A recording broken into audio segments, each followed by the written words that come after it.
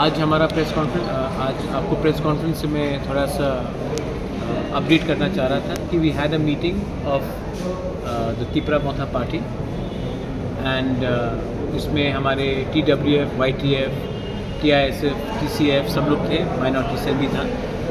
और हमने डिसीजन लिया है कि 14 तारीख को to press for the demand and for the Tripura accord we will be giving block-wise memorandum and deputation through the block level to the Governor of Tripura for the implementation of the Tripura Accord, for early holding of the VC elections with the inclusion of the young villages, and also we have asked for the immediate implementation of the 125th Amendment in the Parliament, which is going to come up in November-December.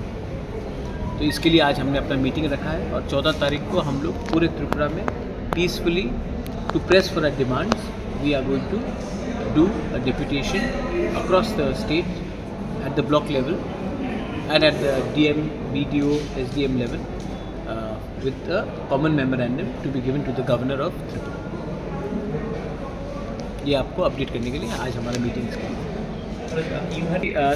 Chief minister can only give his view, but the implementation of 125th Amendment ये chief minister नहीं कर सकता, ये parliament कर सकता है।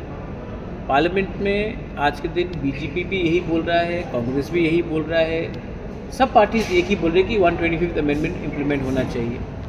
तो अगर सब लोग रेडी है तो हम को क्यों बोला जा रहा है कि वेट करो वेट करो वेट करो? हम कब तक वेट करेंगे?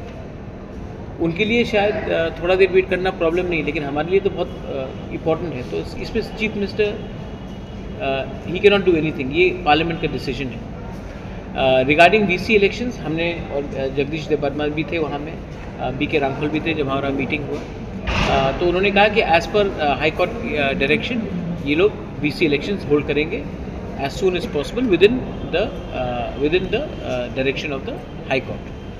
और रहा त्रिपुरा अकॉर्ड का, ये महीने के अंत में फिर से दिल्ली में हमारा मीटिंग है। इसमें भी हम अपना जो हमने पॉइंट्स राइटिंग में दिया है गवर्नमेंट ऑफ इंडिया को, वो पॉइंट्स के लिए हम लोग फिर से नेगोशिएट करेंगे। और मैं आप एक बात को आपके थ्रू सबको क्लियर कराना चाहता हूँ कि हमारा कोई भी डिमांड किसी के अगेंस्ट नहीं है, अपने कम्युनिटी को उठाने के लिए है। और अगर किसी को लगता है कि अगर ट्राइबल अगर उठ गया तो किसी और का नुकसान है स्टेट में, तो वो गलत और जहर फैला रहा है। हमने किसी के अगेंस्ट कुछ नहीं कहा है, हमने अपने डिमांड को इम्प्लीमेंट करने के लिए हमने ये डिमांड्स रखा है गवर्नमेंट ऑफ इंडिया के सामने।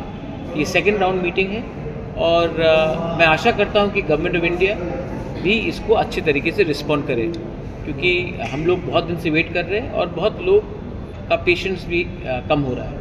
तो गवर्नमेंट ऑफ इंडिया को भी समझना चाहिए कि ट्राइबल्स ऑफ त्रिपुरा बहुत साल से उन्होंने इंतज़ार किया है उनके अधिकार को, उनके अधिकार के लिए, and we have to ensure that this is delivered as soon as possible. Sir, after your meeting with the State Election Commission, he said that Tribal Welfare Department is to initiate the process. So that is Bikash Debarma and that is the state government. So you have to ask this question to the Honorable Minister for Tribal Affairs. मैंने अपने तरफ से जो करना है मैंने किया है, और मैंने कहा है कि रियांग्स को ये VC कमेटी से बाहर नहीं रखना चाहिए, क्योंकि जब ये VC पे पैसा आएगा तो ये डायरेक्टली उनके पास आएगा।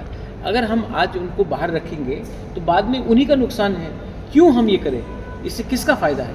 सो tribal affairs department has got all the data, has got all the thing, they should immediately move so that this is done. I think you should ask this question. मैंने personally भी बहुत बार phone किया है, बात किया है, लेकिन अगर आप भी उनसे 2-3 बार सवाल पूछेंगे तो अच्छा रहेगा।